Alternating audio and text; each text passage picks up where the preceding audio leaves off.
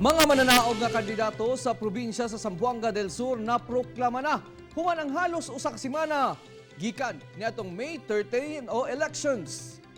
Alas 3 sa kadlaw niadtong Sabado lang na proklama ang mga winning candidates sa Zamboanga del Sur province. Nalangan ang canvassing tungod sa pipila ka aberya sa mga VCM, SD cards o pagpanlabay og granada o pagsunog sa storage area sa mga election paraphernalia sa usa ka eskwelahan sa San Pablo, Zamboanga del Sur. Unang giproklama ang mayor sa Pagadian City nga si Sammy Co.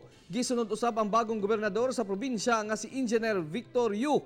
Diin napildi niini ang halos 4 ka dekada ang gigunitang pwesto sa mga Siriles. Landslide ang kanaugan nga nakuha sa partidong PDP laban gikan Vice Governor nga si Roy Ariosa ug First District Congresswoman Divina Grace Yu. Samtang sa Second District Congressman gipildi usab ni June Babasa ang ilang political kingpin sa probinsya nga si incumbent Governor Antonio Siriles. Daog usab ang mga board members sa duha ka distrito nga sakop gyapon sa partidong PDP laban.